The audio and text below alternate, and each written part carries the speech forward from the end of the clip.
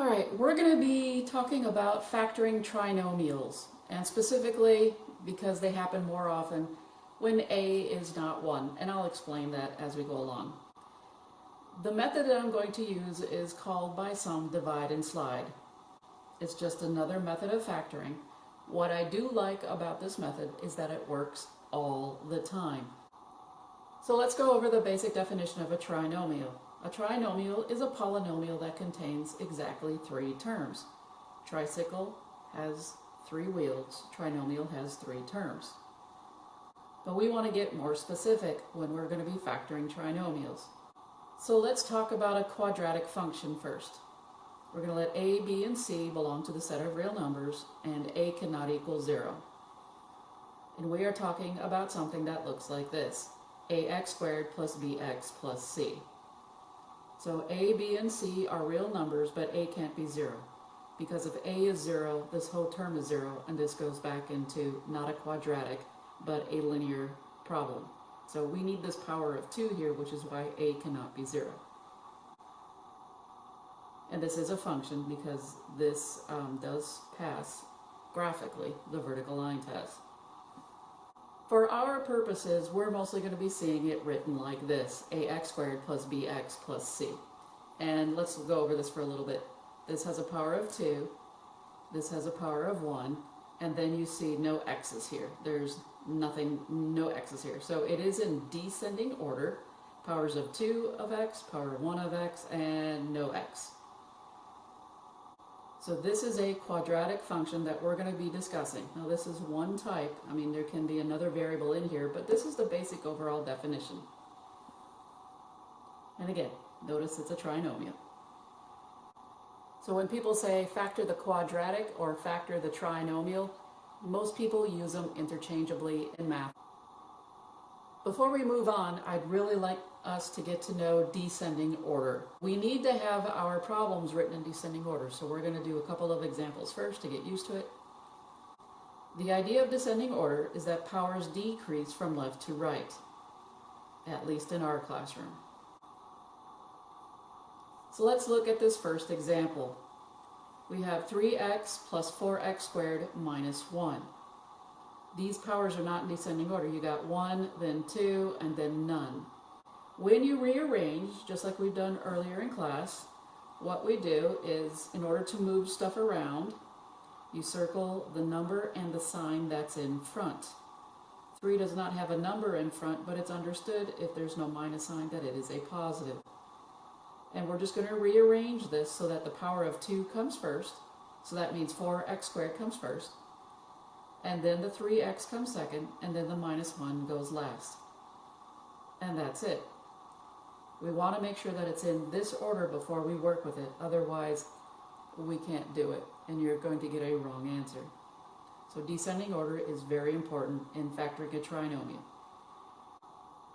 Let's look at our next example. 2 minus 5x plus 7x squared. Just remember, in our class, we want descending order. According to us, this is increasing. This is no x's, x to the 1. Again, there is an imaginary 1 here. And this is an x to the 2. So this is what we call ascending order. But the way that we do it in our class, we want descending order.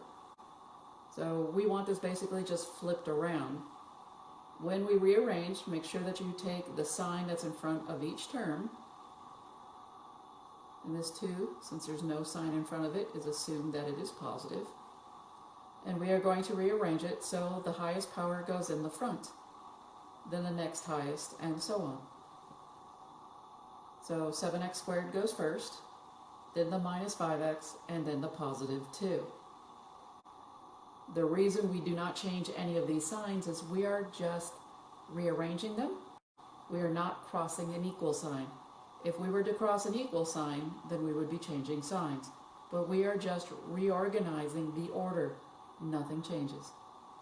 This is descending order for this problem. Looking at another example, we have 9x squared plus 2 minus 5x. 9x squared is in the proper place, but it looks like this x is in the wrong one. So we are going to end up just moving the minus 5x and this positive 2. because we do want the power of 2 to be the first one in a trinomial. So just moving these two around, we've got 9x squared minus 5x plus 2. This is descending order for our class. This is what we need in order to factor. Another thing that we need before we move on in order to factor is we need to identify A, B, and C. So we're going to practice a little bit. We are given this trinomial, or what some people would call a quadratic. Either way, when you hear quadratic or trinomial, we know we're going to be factoring something that has 3 terms. From here, for using this method, what we're going to do is identify A, B, and C. We have to remember what we are talking about. We're talking about ax squared plus bx plus c. A is the number in front of x squared. In that case, it is the number 4. B is the number in front of x, and in that case, it is the number 3. Notice I'm circling the sign that's in front. C is the constant, the one with no x on it, and C is represented by the -2. So whenever we talk about A, B, and C, not only are we talking about the numbers, we're talking about the signs that are in front. It is understood the 4 is positive since there's no sign there. So one more time. A is 4, B is 3, and C is a -2.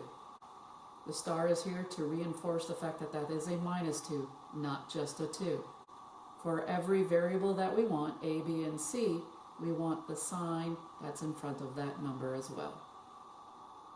Let's look at our new example. We have 7m squared minus 6m plus 1. We don't necessarily need to use x's all the time. There are many other variables in the alphabet. But the idea is still the same. Is this in descending order? Power of 2, then power of 1, and then no m's whatsoever. This is in descending order. Underneath it, I wrote ax squared plus bx plus c. The m's are just replacing the x in our problem. A is equal to the number 7. B, again, is representing the number, but please remember, it is a -6. We take the sign that's in front of the number. C, in this case, is a +1. A is 7, B is -6, and C is 1. Please remember the sign. That's where most students go wrong. Let's look at our last example. We have -10r squared minus 3 plus 8r. I want you to find A, B, and C. First thing, there is one thing wrong with this problem, is that it is not in descending order. Please understand, problems will do that to you. Make sure they are in descending order before you find A, B, and C. So we're going to rearrange this. -10r squared is in front. That's fine. We got an r squared in front.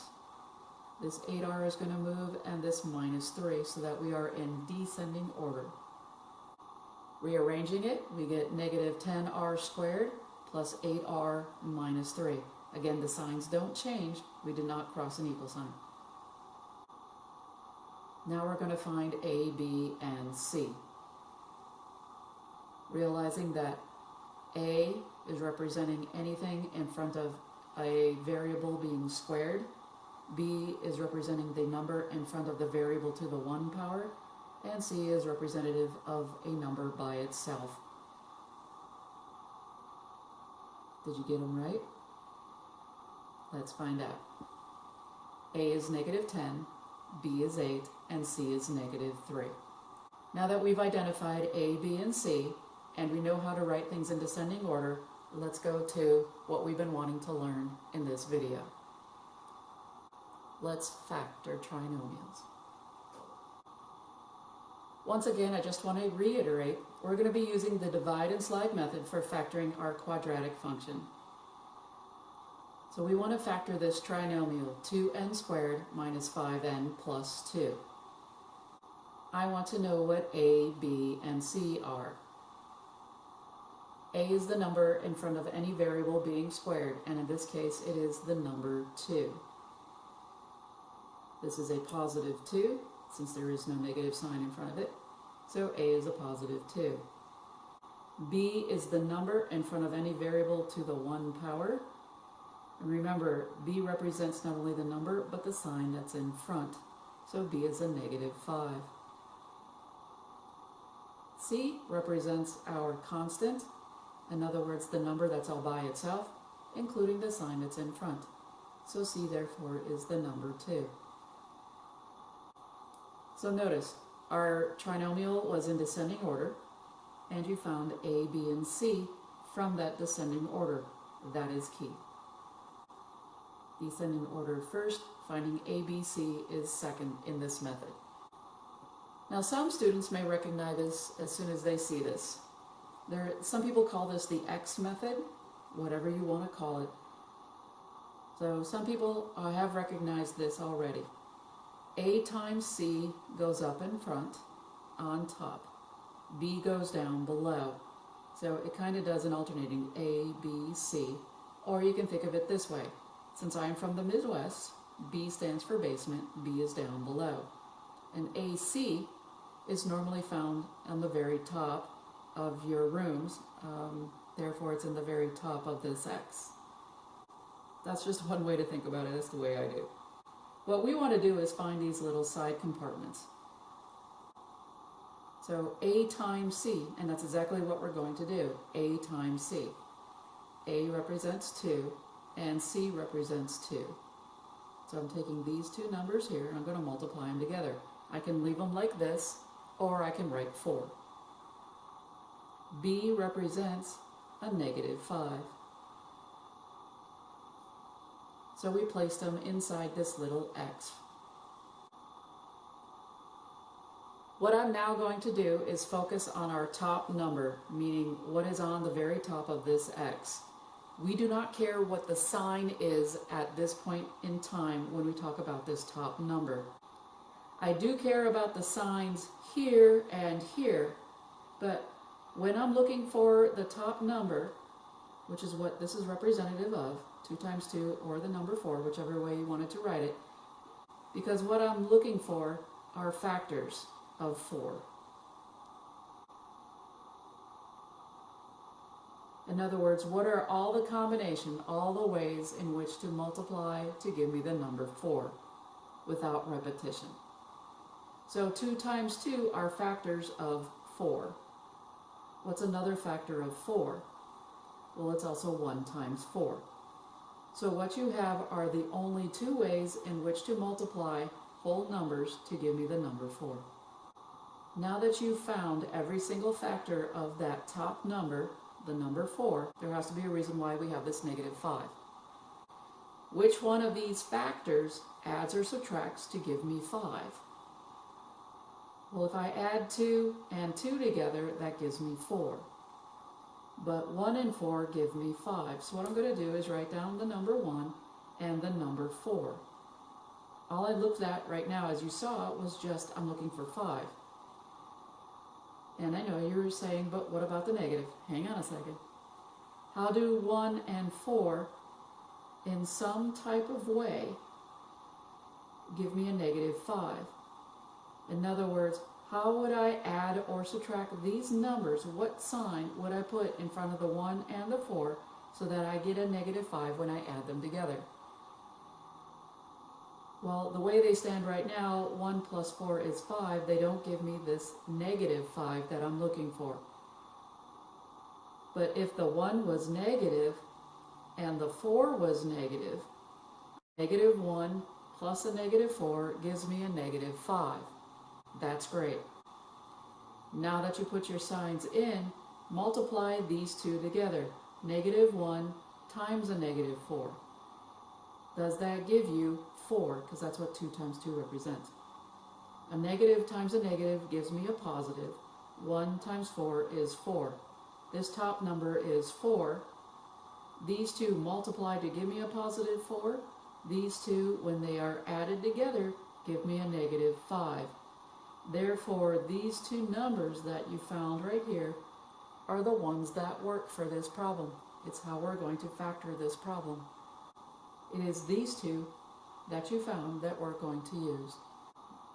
So we want to set up our trinomial, and as you notice, every time we have factored using only two sets of parentheses. The way the algorithm works, in other words, there is a pattern to it. The way the pattern or the algorithm works is you're going to have the variable plus or minus your found number over a. A meaning exactly what you found early on in this problem. This is your first set of parentheses. I'll explain this in a second. Second set of parentheses will be the same thing. You got your variable that you're using in the problem, plus or minus your found number, the number that you found, all over the a. Again, the a stands for a that you found in the trinomial. The plus or minus that you're seeing here come from your found number. That's all that means. So I wrote plus and minus because sometimes your found number may be positive and sometimes your found number may be negative. So I put the plus or minus in here. So this sign will definitely change depending upon what the sign of your found number is. Let's see if we understand this. The variable in our problem was n. We had 2n squared minus 5n plus 2. So the variable that I'm talking about is the variable that was used in our trinomial, the original given problem that they want us to factor. Let's talk about the second part of this, which is plus or minus the found number over a.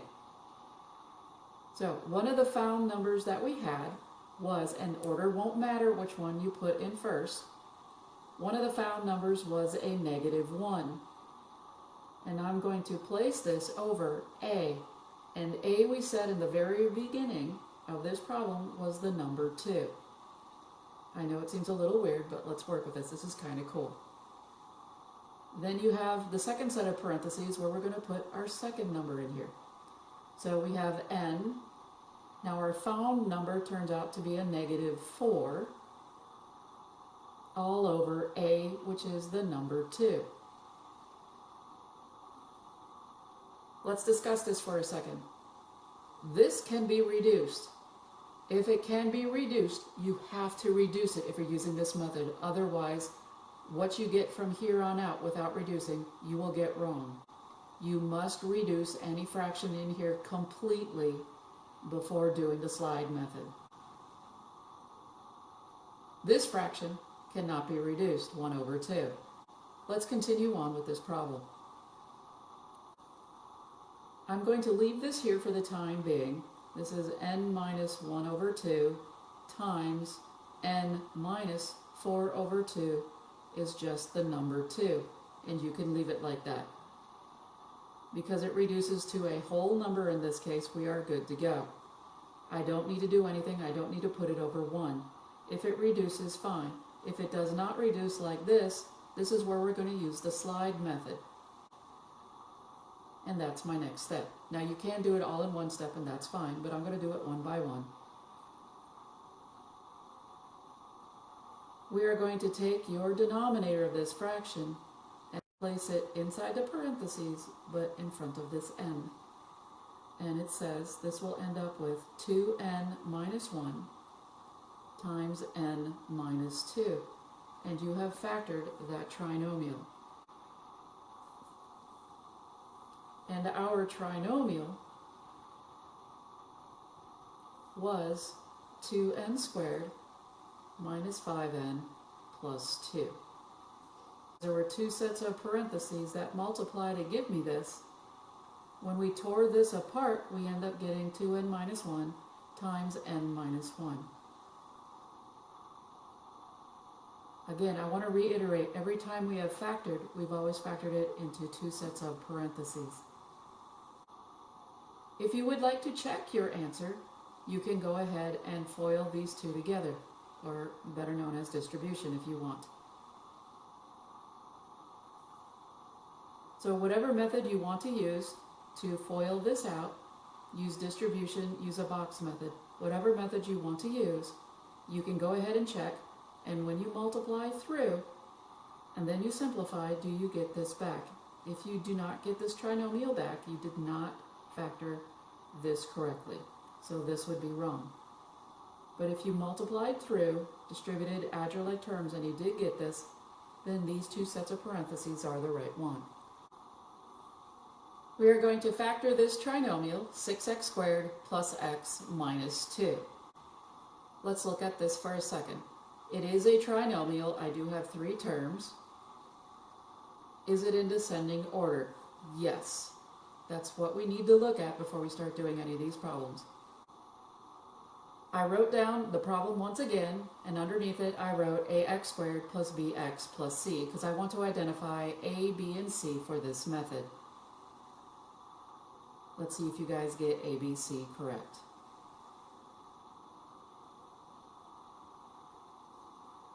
A, according to this problem, is the number in front of the variable being squared. That is the number 6. B is the number in front of the variable to the 1 power. In this case, there is no number, but we know that it is the number 1, and it is a positive 1 because of the sign in front. So B is a 1. C is the constant, the number all by itself. And remember, we always want the sign in front when we talk about A, B, and C, and we want -2. So we have our A, B, and C for this method. This will come in handy also later on in the semester. Next thing that we're going to do is use the X method. So I have A times C up on top with B down below. Again, B for basement, and AC goes up on top. We're going to multiply A times C together. If you want to write -12, because you said it in your head, that's a -12, go ahead and write -12. B turns out to be a 1, so just put the 1 there. Our thing that we must do now is to find out how do we get these two numbers to help us factor this trinomial. We want to talk about the top number. Now we know the top number was a -12, but I don't need the sign because I'm really looking for the factors of 12 only. And what I want to do is list all the factors of 12. The factors of 12 are the following: 1 times 12, 2 times 6, and 3 times 4. Those are the only factors of 12. The question now becomes, which one of these factors, the 3 and the 4, the 2 and the 6, or the 1 and the 12, when we add or subtract them, individual numbers, if we add or subtract these, do they give us 1? So let's look at this. 12 plus 1 gives me 13. 12 minus 1 gives me 11. That's the only combination other than getting a -13 and a -11. If I have 2 and 6, 2 and 6, if I add them together, gives me 8, if they're both positive. If they're both negative, they will give me a -8. If I subtract 2 and 6 in some combination, I will either get 4 or I will get a -4. Those numbers that I'm coming up with, the 8 and the -8, the 4 and the -4, don't match this B right here. 3 and 4. If I add 3 and 4 together, if they're both positive, I get a 7, not a 1. If they're both negative, I would get a -7, not a 1. If I change these signs so that they're different, 3 minus 4, I would get a -1, or 4 minus 3 would give me a 1. So 3 and 4, if I add them or subtract them in some way, some combination, gives me a 1. So looking at our X, we said -12, and we had a 1. So this is our A times C, this is our B. We said 3 and 4 work. Well, just put your numbers in for the time being and put 3 and 4. I know they work. 3 times 4 does not give me a -12, and 3 plus 4 does not give me a 1. So the signs of 3 and 4, if I can make them work, should multiply to give me a -12 and somehow add or subtract to give me this 1. How do 3 and 4, what do the signs of 3 and 4 have to be to give me a 1? Well, if I have a negative 3 with a positive 4, 4 minus 3 is 1. That's true. But just because it's true for the bottom one does not mean that it's true for the top one. You have to double check. How do you do the top one? You have to multiply these to get the top one. Negative 3 times a 4 gives me a negative 12. Is it true for the top? Yes, I get a negative 12. If I add or subtract them, do they give me this positive 1? Yeah, that's true. If I get true for both of these, then these two are my answers for this problem to put into, yes, our algorithm right here. These are our answers that we're going to put into those parentheses. Again, the algorithm. What is the variable being used in the problem? Well, the variable being used in the problem was x, or x squared, because x times x is x squared.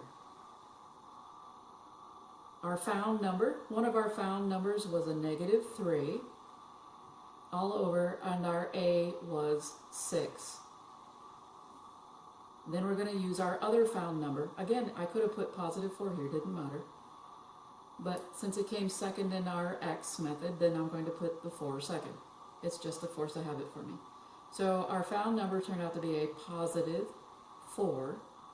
So again, notice that the sign of our found number goes where the plus or minus would have been. Because now we know for sure the sign of our number, a negative 3 and a positive 4. This is always over a, the a from our original problem in the trinomial, which is 6. From here, if they can be reduced, we better reduce or we'll get this problem wrong. So let's reduce our fractions. 3 is 1 times 3, and 6 is 3 times 2. Over here in the second one, 4 is 2 times 2, and 6 is 3 times 2. On this fraction, I can get rid of the 2's, 1 top and 1 bottom only. On the first fraction, 1 3 with 1 3. What I am left with is x minus 1 over 2 and x plus 2 over 3. If you leave it like this, I will mark you wrong, and this will not look like what the book's answer is. You are not done yet using the divide and slide method. The divide and slide method says you will take your denominator once your fractions are completely reduced and move it in the same parentheses but in front of the variable that was being used. This 2 is in the denominator. In this set of parentheses, this 2 will go in front of this x inside that parentheses. We will have 2x minus 1 times 3x plus 2. And this is the same thing, or the factored form, of 6x squared plus x minus 2. So you took something like this, broke it down into 2 sets of parentheses. This is factored form of your trinomial. The whole point in this section is to take something and break it down into 2 sets of parentheses. You did that. This is the end of this problem. Let's look at a new example. We are going to factor 5c squared plus 18c plus 9. Notice that it is in descending order. I have a power of 2, then a power of 1, and then no c's. So the descending order is perfect for what we're going to do. Let's identify A, B, and C. Now, in the beginning, understand, this A, B, and C, this C does not represent this C as our variable. We need to keep the 2 straight. In the beginning, it's a little bit hard, but we will understand. A, B, and C reference the numbers to this. C happens to be the variable. So, yeah, a little confusing at first, but don't worry about it. You'll get used to it. What is A in this problem? A represents the number in front of the variable being squared. So A is the number 5. B represents the number in front of the variable to the 1 power. So B represents, in this case, the positive 18. C, as our number, represents the number all by itself, and in that case, it is 9. So we have our A, B, and C to this problem. Let's go on to the X method. One more time, it is A times C over B, and we want to find these side panels. A times C, 5 times 9, is 45. B is 18. Again, we want to find out what these numbers are, and that's what the next step is all about. Let's look at our top number. 5 times 9, as we know, is 45. Whether you leave it as 5 times 9 or you leave it at 45 is totally up to you. It does not matter. It's still the top number. What I'm going to do in this case is I want to find all the factors of 45. So 45, as we know, came from A times C, 5 times 9. I'm going to take 5 times 9 and break the 9 down. This is 5 times, 9 is 3 times 3. I'm going to show you how to find all the factors of 45 without using a calculator.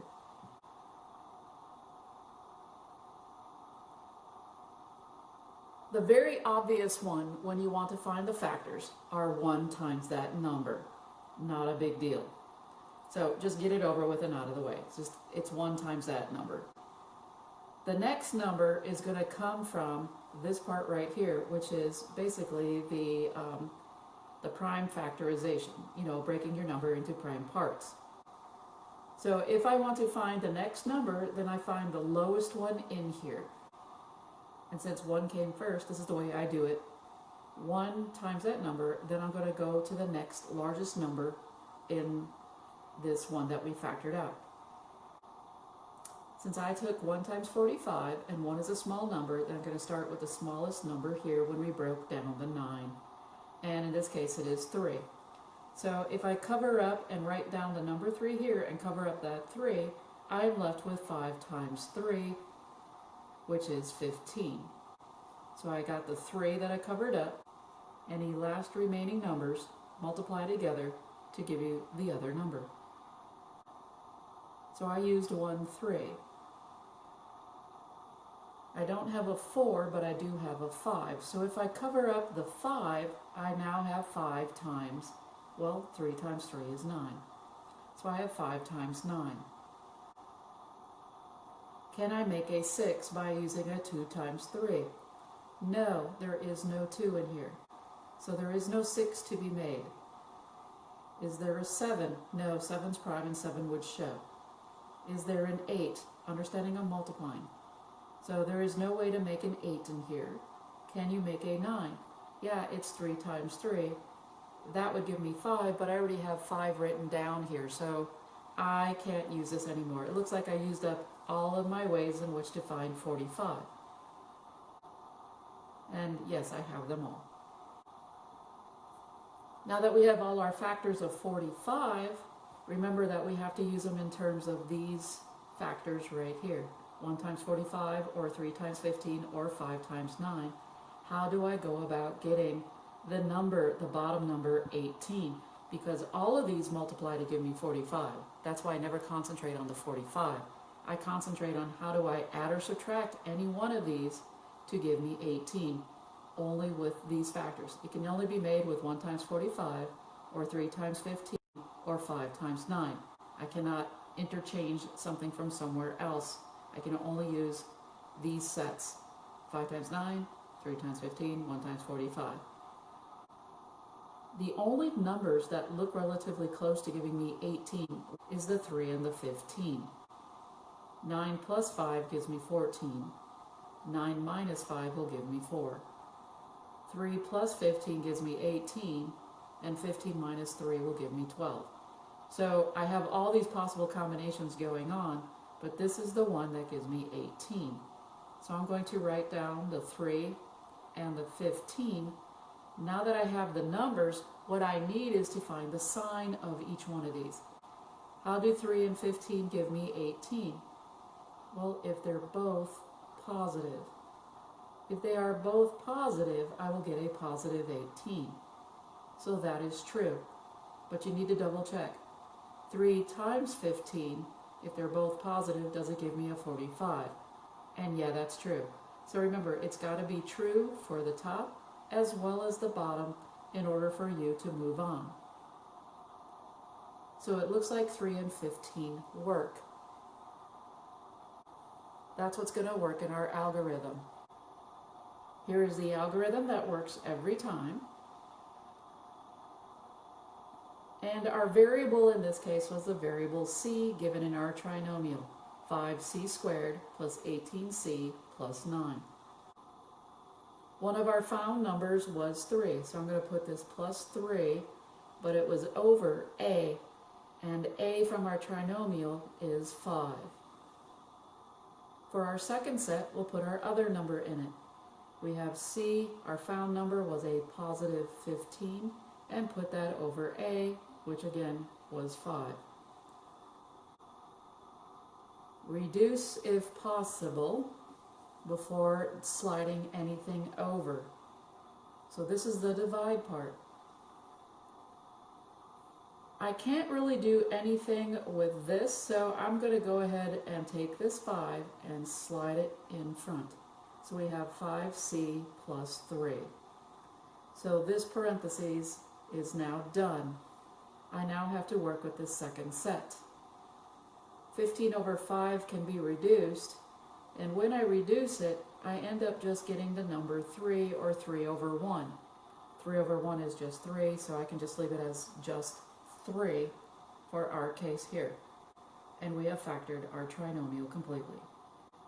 Again, if you want to check, you can FOIL this. This is the factored representation of our trinomial. And our trinomial was 5c squared plus 18c plus 9. All right, we want to factor this trinomial, 4y squared plus 3y plus 1. What is your a, b, and c? Hopefully you're getting used to it. A is the number in front of the variable being squared, which in this case is 4. B is the number in front of the variable to the 1 power, in this case it is a positive 3. C is the number that is all by itself, in this case a positive 1. We have our A, B, and C. It's time to put it into our X method. We have A times C over B. A times C is going to be 4, and our B is the number 3. We want to find these two side panels right here. So we're going to look at our top number. Again, the sign of the top number does not matter, but our top number is the number 4. Once you have your top number, we want to find the factors of that top number. The factors are 4, hopefully you know it without me telling you, are 1 times 4 and 2 times 2. Perfect. Those are the only two ways to get 4. This is your first factor, and there's a second factor. Which two of the factors adds or subtracts to give you the number 3, your b value? That is a good question. It turns out that it looks like 4 and 1 give me 3, because if I add them, 4 plus 1 is 5. If I subtract them, 4 minus 1 is 3. Now understand, if 4 was negative, this would give me a negative 3. If they were both negative, I would get negative 5. So 4 and 1 look like they give me 3. So let's put that in our X method. Now I'm just going to write it down here because I've got the paper space. So here's our 4 and our 3, our AC and our B being the number 3. The numbers that we chose are 1 and 4. How do I get a 3 from 1 and 4? Understand this is a positive 3. Well, this would have to be a positive 4 and a 4 minus 1. 4 minus 1 gives me 3. That is so true. What is a negative 1 times 4? Negative 1 times 4, does that give you a positive 4? No. This is a negative 4. This is false. I don't get a positive 4. Negative 1 times 4 is a negative 4, but the top number says it's a positive. I am not able to make this positive 4, but I am able to make this 3. It does not matter. If one of them is false, then we call this problem prime. In other words, this problem cannot be factored at all with the knowledge that we have right now. So the moment that you get a false, whether it's to multiply to get you the top, or it's to add to get you the bottom, if one of these turns out to be false, we have a prime situation, meaning that this problem, 4y squared plus 3y plus 1, cannot be factored. That is what prime means. So there is no answer in the back of the book. They might say prime. That is it. There is no way to factor this with what we know. And yes, you are going to encounter that. So when you deal with trinomials, they can sometimes be factorable and sometimes not. So the only things you have to worry about right now are sum of squares, which you cannot do, and trinomials, which are hit and miss. Sometimes they can, sometimes you can't. You just don't know until you try it. Hopefully this helped. I'll give you another video in which we have 2 variables instead of the 1 variable like we have right now.